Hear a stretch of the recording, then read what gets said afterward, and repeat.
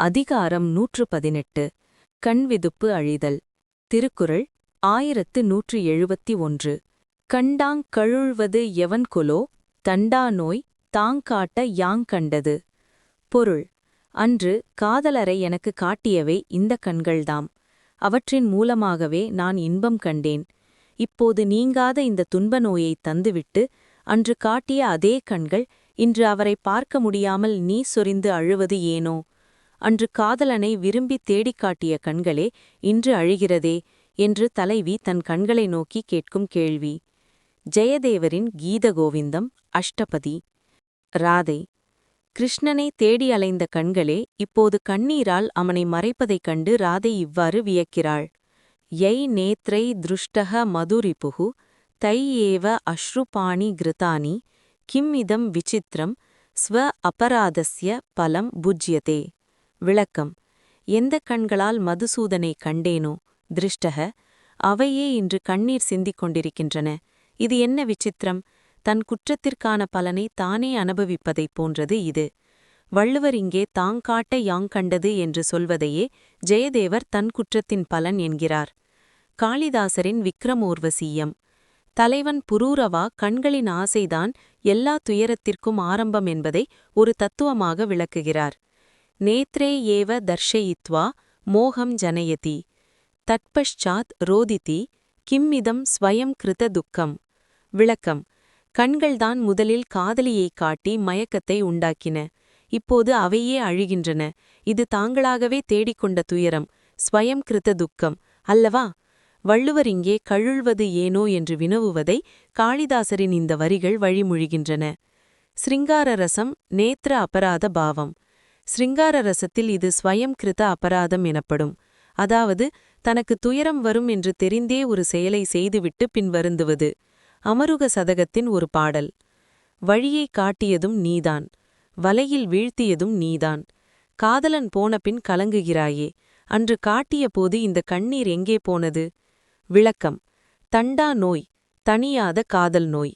கழுழ்வது, அழுதல். தலைவி தன் கண்களை ஒரு தோழியைப் போல பாவித்து ஏசுகிறாள்.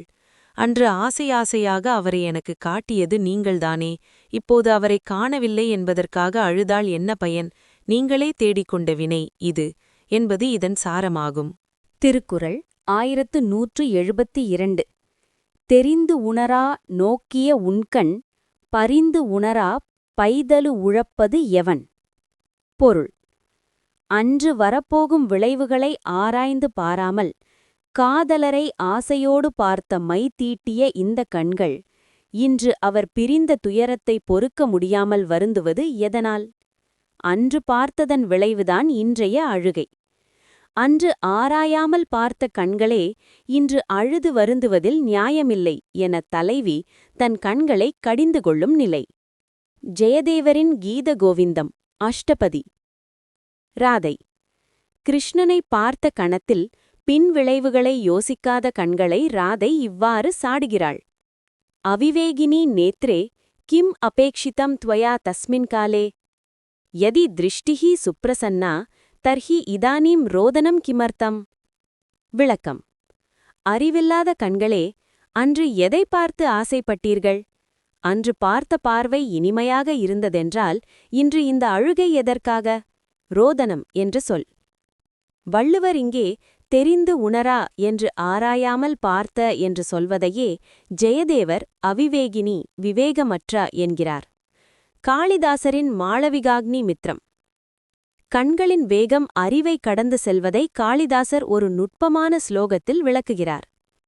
பூர்வம் அவிச்சாரேன லோல நேத்ரம் காமம் பஷ்யதி பశ్చాத் துக்கசாகரே நிமக்னம் ந உத்தரித்தும் சக்னதி.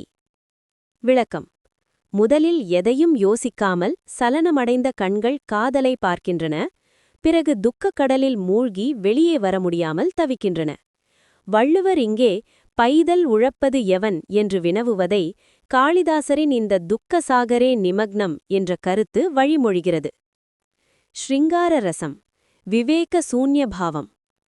ஸ்ருங்கார ரசத்தில் இது பశ్చాத்தாபம் எனப்படும். அமருக சதகத்தின் ஒரு பாடல். காதல் கள் குடித்தபோது கண்கள் மயங்கின, காதலன் போனபின் இன்று கண்ணீர் வடிக்கின்றன. அன்று பார்த்தபோது தெரியவில்லையா இந்த இன்று வரும் கண்ணீரின் ஈரம்? விளக்கம்: உன்கண் என்பது மை தீட்டப்பட்ட கண்கள்.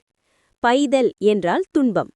உழப்பது என்றால் அனுபதிப்பது அல்லது வருந்துவது.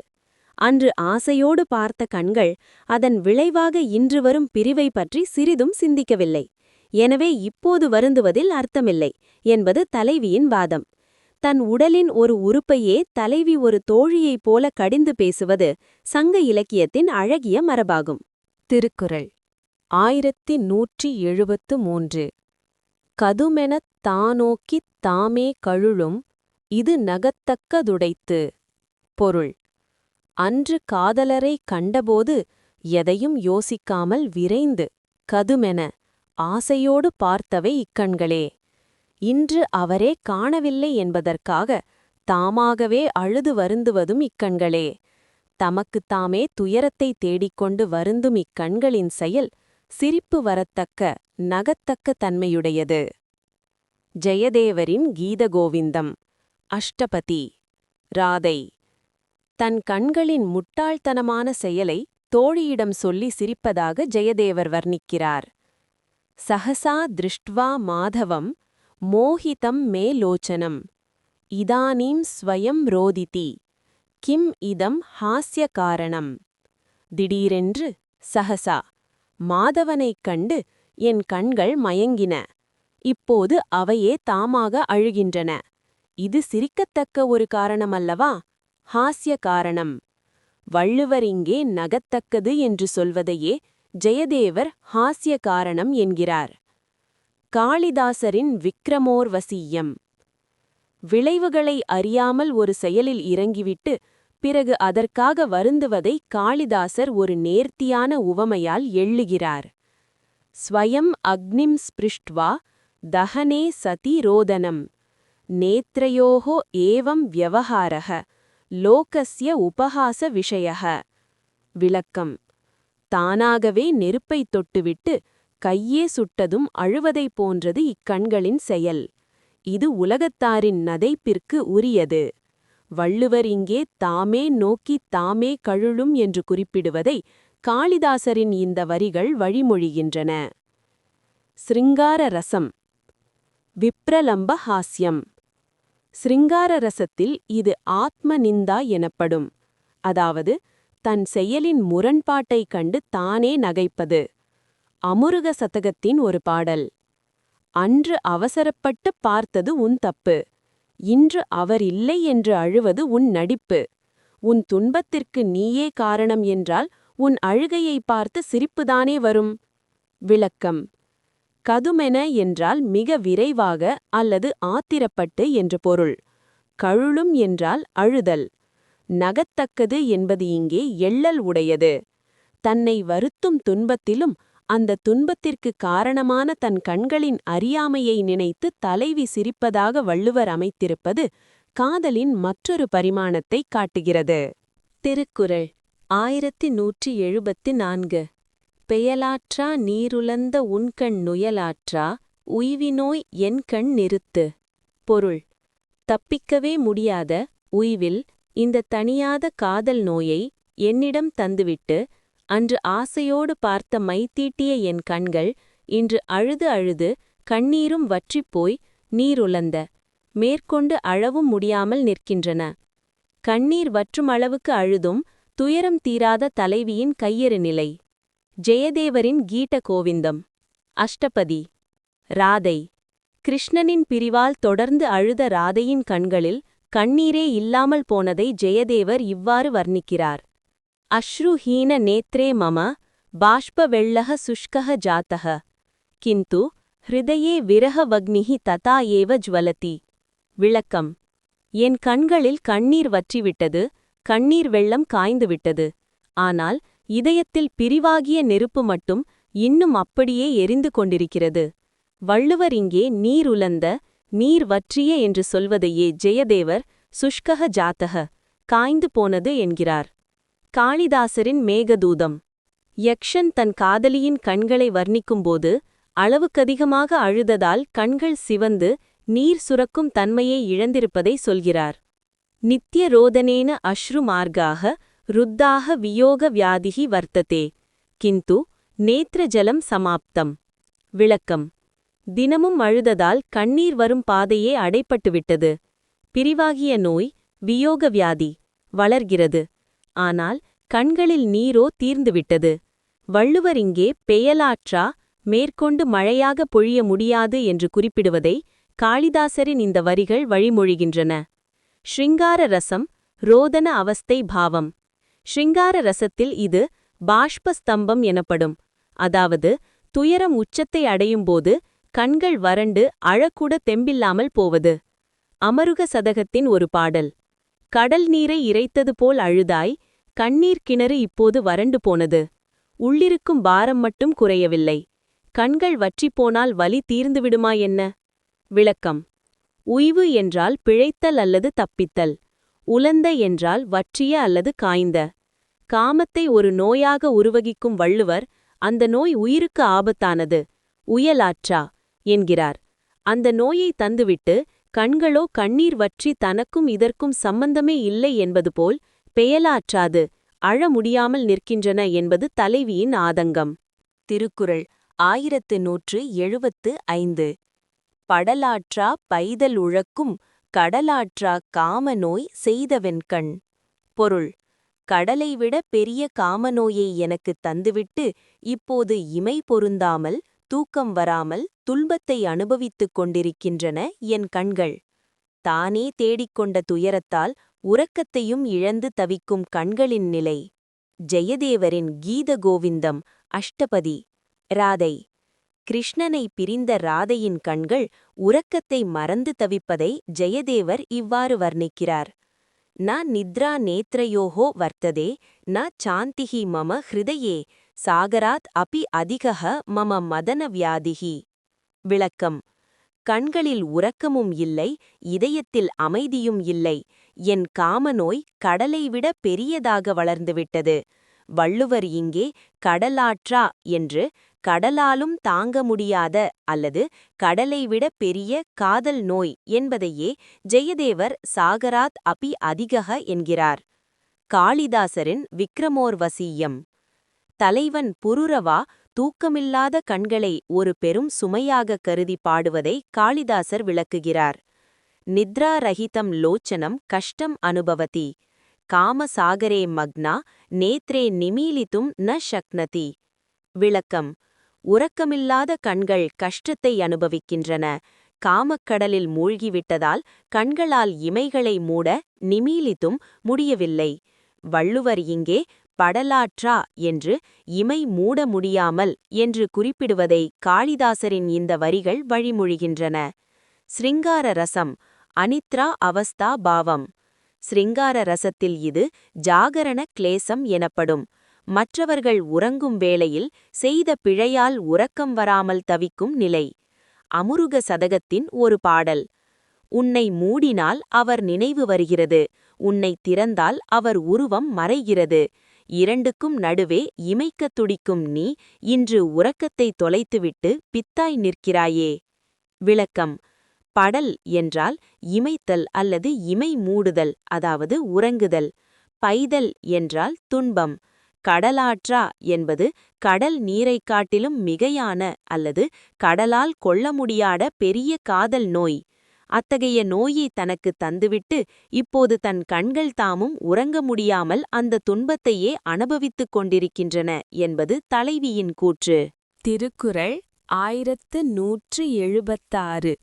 ஓவோ வினிதே எமக்கின்னோய் செய்தகண் டாவ மிதற்பட்டது. பொருள்: ஓஹோ, எனக்கு இந்த தணியாத காமநோயை தந்து வதைத்த என் கண்கள் இன்று தாமும் தூக்கமின்றி அழுது அதே துன்பத்தில் சிக்கித் தவிப்பதைப் பார்ப்பது எனக்கு மிகவும் இனிமையாக இருக்கிறது. நல்லதுதான் நடந்தது. தனக்கு துன்பம் தந்த கண்கள் தாமும் அதே துன்பத்தை அனுபவிப்பதைக் கண்டு தலைவி கொள்ளும் ஒரு வகை ஆறுதல் அல்லது எள்ளல் நிலை. ஜெயதேவரின் கீத கோவிந்தம் அஷ்டபதி. ராதை. கிருஷ்ணனை காட்டி தன்னை காதலில் வீழ்த்திய கண்கள் இன்று அழுது சிவந்திருப்பதைப் பார்த்து ராதை இவ்வாறு கூறுகிறாள்: யை நேத்ரை ஹகம் மோஹிதா தே இதானீம் ஸ்வயம் தப்யந்தே மம துக்கஸ்ய சாட்சினோ அத்ருப்ய பாஷ்பேன தண்டியதே. விளக்கம்: எந்த கண்களால் நான் மயக்கப்பட்டேனோ அவை இப்போது தாமாகவே தவிக்கின்றன. தப்யந்தே. என் துயரத்திற்கு சாட்சியாக இருந்த அவை இன்று அடங்காத கண்ணீரால் தண்டிக்கப்படுகின்றன. வள்ளுவர் இங்கே இனிதே என்று ஒருவித எள்ளலுடன் சொல்வதை ஜெயதேவர் தண்டிக்கப்படுகின்றன என்று நீதியாக பார்க்கிறார். காளிதாசரின் மாளவிகாக்னிமித்ரம். தன் கட்டுப்பாட்டை மீறி செயல்பட்ட கண்களுக்கு கிடைத்த தண்டனையாக இதை காளிதாசர் வர்ணிக்கிறார். ஸ்வ அபராதஸ்ய பலம் புஜ்யதே நேத்ரயோஹு கிம் ரோதனம் யத் மம ஹிருதயம் தக்தம் தத் அத்ய லோச்சனே அபி ஸ்பிருஷ்டம்.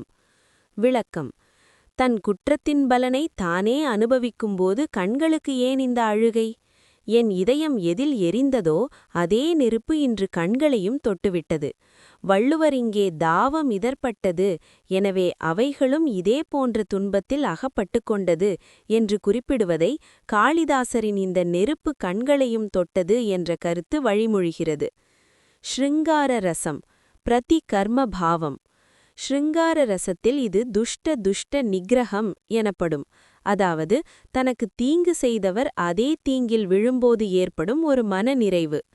அமுரக சதகத்தின் ஒரு பாடல்: என்னை எரித்தாய், இப்போது நீயும் எரிகிறாய். என்னை உறங்கவிடவில்லை, நீயும் உறங்கவில்லை. கண்ணே, உன் கதி இதுவென்றால் எனக்கு இதைவிட இனிப்பான செய்தி வேறேது? விளக்கம்: ஓ என்பது வியப்பு அல்லது எள்ளல் குறிப்பு.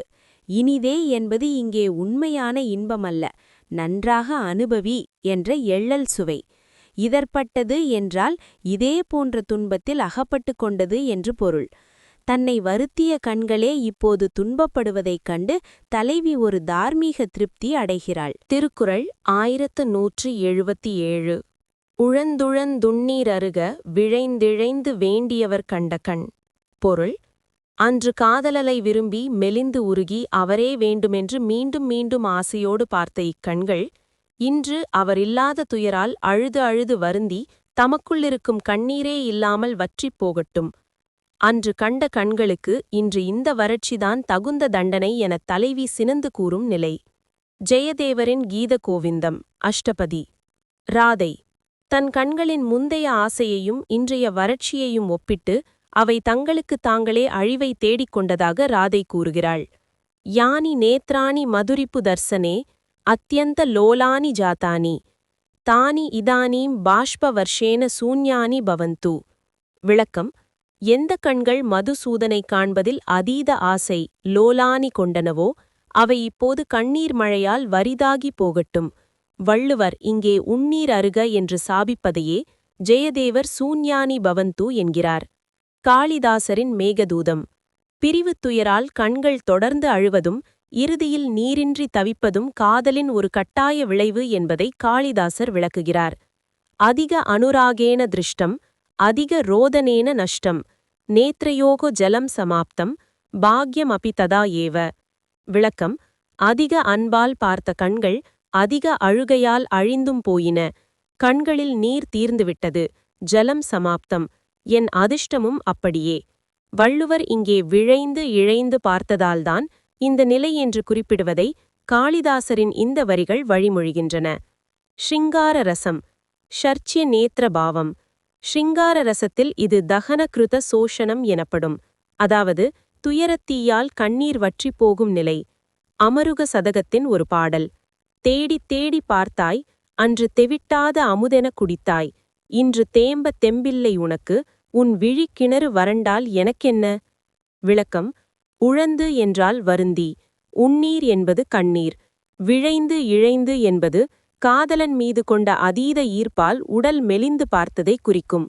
அன்று அவ்வளவு ஆசையாக பார்த்தீர்களே, இன்று அழுது அழுது உங்களிடம் இருக்கும் கடைசி துளி நீரும் இல்லாமல் போகட்டும் என்று தலைவி தன் கண்களிடம் சினம் கொள்வது அவளது ஆற்றாமையின் உச்சத்தைக் காட்டுகிறது. திருக்குறள் 1178. பேணாது பெட்டாறு உளர்மன்னோ மற்றவர்க் ஆணாத அமைவில கண். பொருள்: வாயால் அன்பு பாராட்டி ஆனால் உண்மையில் அன்பில்லாமல் என்னை பிரிந்து சென்ற காதலர் எங்கோ ஓரிடத்தில் இருக்கத்தான் செய்கிறார். ஆனால் என் கண்களோ அவரை போய் பார்க்காமல் ஒரு கணமும் அமைதியடைய மறுக்கின்றன. என்னை மதிக்காத காதலனை தேடி அலைந்து துடிக்கும் தன் கண்களின் மானமில்லாத நிலையை தலைவி கடிந்து கொள்ளும் நிலை. ஜெயதேவரின் கீத கோவிந்தம் அஷ்டபதி. ராதை. கிருஷ்ணன் தன்னை புறக்கணித்தாலும் தன் கண்கள் அவன் உருவத்தையே தேடுவதைக் கண்டு ராதை இவ்வாறு புலம்புகிறாள். ச மாம் உபேக்ஷதே கிந்து மம லோச்சனம் தமேவ அன்விஷ்யதி நிர்லஜ்ஜம் இதம் நேத்ரம் பிரியம் வினா ந விஷ்ராமயதி.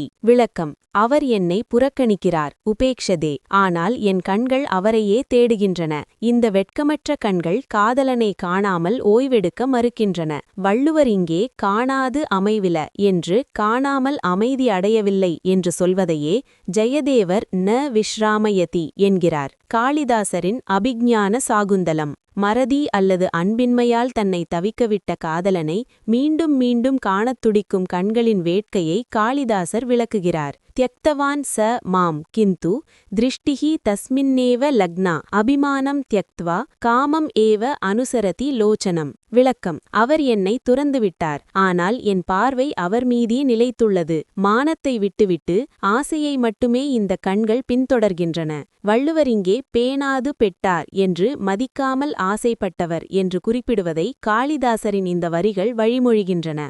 ஸ்ருங்கார ரசம் அல்லது அபிமான பங்கபாவம். ஸ்ருங்கார ரசத்தில் இது தௌர்பல்யம் எனப்படும். அதாவது அறிவுக்கும் மானத்திற்கும் கட்டுப்படாமல் கண்கள் தன் விருப்பப்படியே இயங்கும் பலவீனம். அமுரகச் சதகத்தின் ஒரு பாடல். அவர் உன்னை நினைக்கவில்லை, பின்னவரை நீ ஏனோ நினைக்கிறாய்.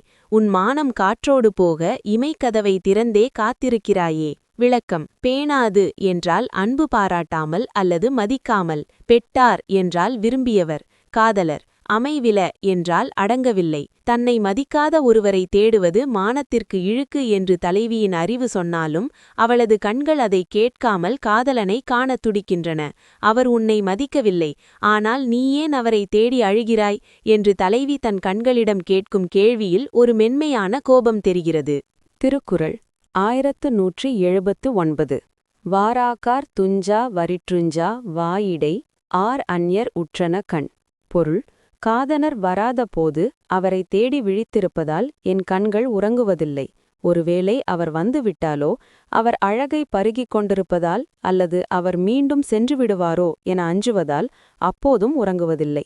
இவ்வாறாக அவர் இல்லாத போதும் இருக்கும் போதும் ஆகிய இரண்டு நிலைகளிலும் என் கண்கள் தீராத துன்பத்தை ஆரண்யர் அடைகின்றன. ஜெயதேவரின் கீத கோவிந்தம் அஷ்டபதி. ராதையின் நிலை. கிருஷ்ணன் அருகில் இல்லாதபோது விரகத்தாலும் அருகில் இருக்கும்போது அவனை காண்பதில் இருக்கும் ஆசையாலும் ராதையின் கண்கள் இமைக்க மறப்பதாக ஜெயதேவர் வர்ணிக்கிறார். விரஹே அபி ஜாகரணம் சங்கமே அபி நிமேஷ சூன்யம் உபயதா அபி தவ நேத்ரே கஷ்டம் அனுபவந்தி. விளக்கம். பிரிவில் விழித்திருக்கிறாய், கூடலில் இமைக்காமல் பார்த்து கொண்டிருக்கிறாய். இரண்டு நிலைகளிலும் உன் கண்கள் கஷ்டத்தையே அனுபவிக்கின்றன. வள்ளுவர் இங்கே வாராக்கார் துஞ்சா வரின் துஞ்சா என்று சொல்வதையே ஜெயதேவர் விரஹே அபி சங்கமே அபி என்கிறார். காளிதாசரின் விக்ரமோர்வசியம். தலைவன் புரூரவா காதலியை காணாத போது வரும் துயரத்தையும் கண்டபோது ஏற்படும் திகைப்பையும் ஒப்பிட்டு காளிதாசர் ஒரு நுட்பமான ஸ்லோகத்தை சொல்கிறார். அதர்சனே விரஹவ்யதா தர்சனே அபி அனிமிஷ நிஷ்டா நேத்ரயோர் விஸ்ராமக குத்ர சர்வதா துக்கபாகினி. விளக்கம். காணாதபோது பிரிவின் வேதனை, கண்டபோது இமைக்காத உறுதி அனிமிஷா. கண்களுக்கு ஓய்வு என்கே, அவை எப்போதும் துன்பத்தில் பங்கு பெறுபவை. வள்ளுவர் இங்கே ஆர் அந்யர் என்பதை காளிதாசரின் இந்த வரிகள் வழிமொழிகின்றன. ஸ்ருங்கார ரசம். அனிமிஷ அவஸ்தை பாவம். ஸ்ருங்கார ரசத்தில் இது நிமேஷ அசஹிஷ்ணு எனப்படும்.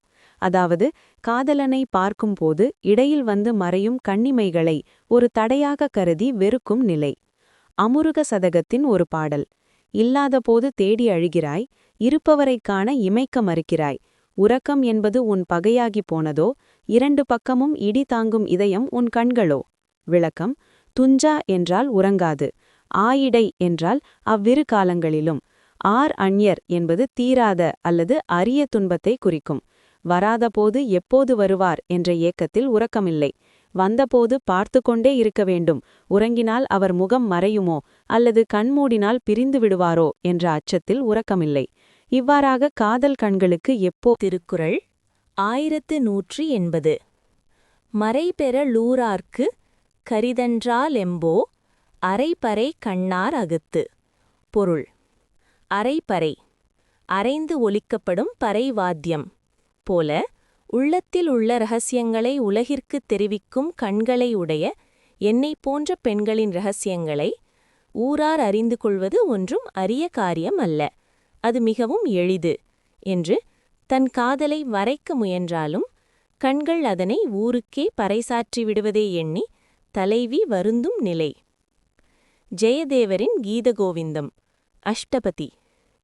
ராதை கிருஷ்ணன் மீதான தன் காதலை தான் சொல்லாவிட்டாலும் தன் கண்கள் அதனை ஊரறியச் செய்வதை ஜெயதேவர் இவ்வாறு வர்ணிக்கிறார்: மௌனேன ஸ்திதா அபியகம் நேத்ரைஹி சர்வம் நிவேதிதம் மம ஹிருதய ரகசியம் இதானீம் லோகவிதித்தம் ஜாத்தம். விளக்கம்: நான் மௌனமாக இருந்தாலும் என் கண்களால் எல்லாம் சொல்லப்பட்டுவிட்டன. நேத்ரைஹி சர்வம் நிவேதிதம், என் இதய ரகசியம் இப்போது உலகமே அறிந்ததாகிவிட்டது. வள்ளுவர் இங்கே அரைபறை கண்ணார் என்று சொல்வதை ஜெயதேவரின் இந்த கண்கள் அனைத்தையும் அறிவித்துவிட்டன என்கிறார். காளிதாசரின் மாளவிகாக்னிமித்ரம். உள்ளத்தின் உணர்ச்சிகளை கண்கள் காட்டிக் கொடுத்துவிடும் இரகசியத்தை காளிதாசர் ஒரு நேர்த்தியான ஸ்லோகத்தில் விளக்குகிறார். அந்தఃகரணம் ரக்ஷித்தும் ஷக்யதே கிந்து லோச்சனேது அஸ்வதந்திரே யதா படஹ சப்தம் கரோதி ததா நேத்ரே ராகம் பிரகாசயதஹ. விளக்கம்: மனதை மறைக்கலாம், ஆனால் கண்கள் சுதந்திரமானவை அல்ல.